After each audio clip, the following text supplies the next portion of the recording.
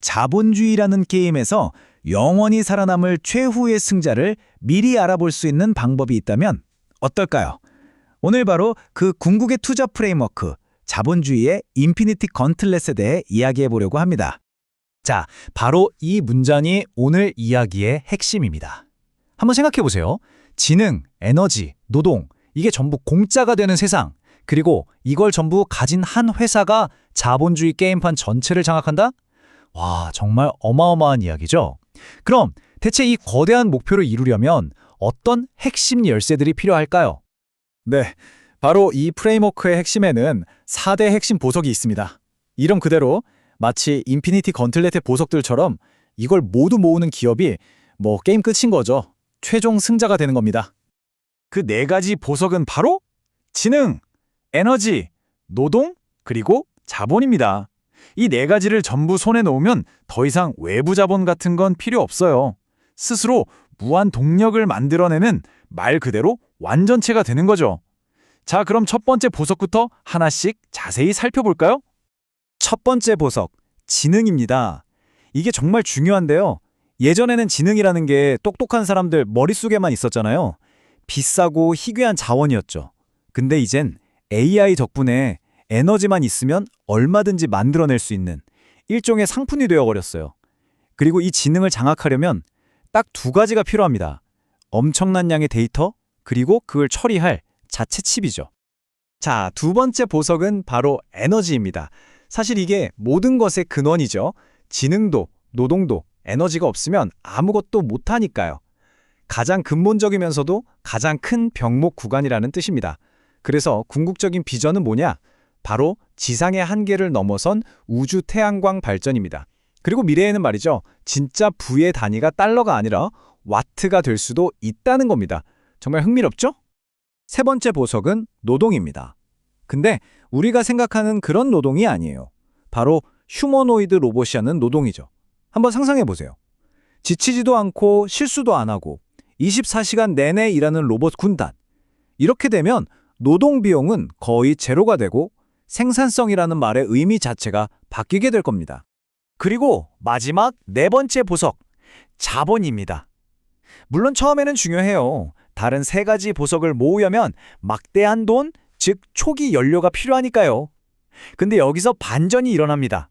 일단 지능, 에너지, 노동을 다 손에 넣고 나면 자본은 더 이상 외부에서 구해와야 하는 연료가 아니에요. 그냥 시스템 안에서 무한정으로 만들어지는 결과물이 되어버리는 거죠. 자, 지금까지 이론적인 프레임워크를 살펴봤는데요. 그럼 이제 가장 궁금한 질문으로 넘어가 보죠. 대체 어떤 기업들이 이 인피니티 건틀렛을 손에 넣기 위해 치열하게 경쟁하고 있을까요? 현실 세계의 플레이어들을 한번 분석해 보겠습니다. 그래서 누가 이 4개의 보석을 전부 모으게 될까요? 지금부터 그 유력한 후보들을 한번 살펴보겠습니다. 현재 가장 앞서 나가는 압도적인 선두주자, 바로 테슬라, 스페이스X 그리고 xAI 연합입니다. 이 3회사는 사실상 하나의 거대한 생명체처럼 움직여요. 보세요. xAI가 지능을 만들면 테슬라가 가진 방대한 데이터로 학습을 시키고요. 스페이스X는 우주에서 에너지를 가져올 준비를 하고 테슬라의 옵티머스 로봇이 노동을 해결합니다. 자본은 말할 것도 없죠. 여기서 제일 중요한 포인트는 이 모든 게 외부의 도움 없이 이 연합 안에서 완벽하게 돌아간다는 겁니다. 그래서 우리가 여기서 꼭 짚고 넘어가야 할 인사이트가 있습니다. 테슬라를 단순히 전기차 만드는 회사라고 생각하면 이 그림을 절대 이해할 수 없어요. 테슬라의 진짜 목표는요, 로봇공학과 압도적인 제조 능력으로 이 물리적인 세계, 즉 원자의 세계를 완전히 장악하는 겁니다. 물론 이 레이스에 강력한 경쟁자가 빠질 수 없죠. 바로 구글입니다. 솔직히 지능과 자본, 이 2가지 보석만 보면 구글은 거의 최강자 수준이에요. 근데 결정적인 약점이 있습니다. 바로 노동 보석이죠. 로봇공학이나 대규모 제조업처럼 물리적인 세계를 다루는 능력에서 테슬라에게 한참 뒤처져 있거든요. 구글이 왜 그렇게 강력한지 보여주는 숫자가 있습니다. 바로 40억. 전 세계 G메일 사용자 수입니다. 이게 뭘 의미하겠어요? 바로 AI를 학습시킬 데이터가 마르지 않는 샘물처럼 쏟아진다는 거죠. 이게 바로 구글의 지능, 보석을 지키는 누구도 쉽게 넘을 수 없는 거대한 해자인 셈입니다. 그럼 다른 빅테크 기업들은 어떨까요? 오픈 AI는 지능은 정말 뛰어나지만 안타깝게도 자본과 에너지가 없어서 파트너에게 기댈 수밖에 없는 구조고요. 애플이나 메타는 이 거대한 인프라 전쟁에 뛰어들기보다는 지금 잘하고 있는 사업을 더 잘하는 데 집중하는 모양새입니다. 그리고 엔비디아. 지금은 칩 시장의 제왕이지만 다들 자기 칩을 직접 만들기 시작하면 글쎄요. 그 왕자가 영원할지는 지켜봐야겠죠.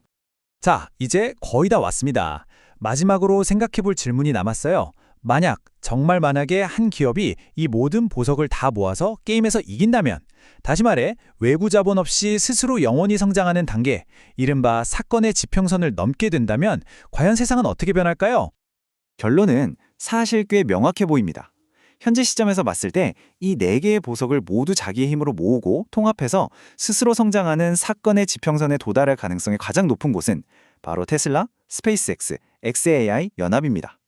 생산 비용이 거의 제로에 가까워지는 미래, 지능과 노동, 에너지가 사실상 공짜가 되는 그런 세상이 온다면 여러분은 과연 그 세상을 맞이할 준비가 되어 있으신가요?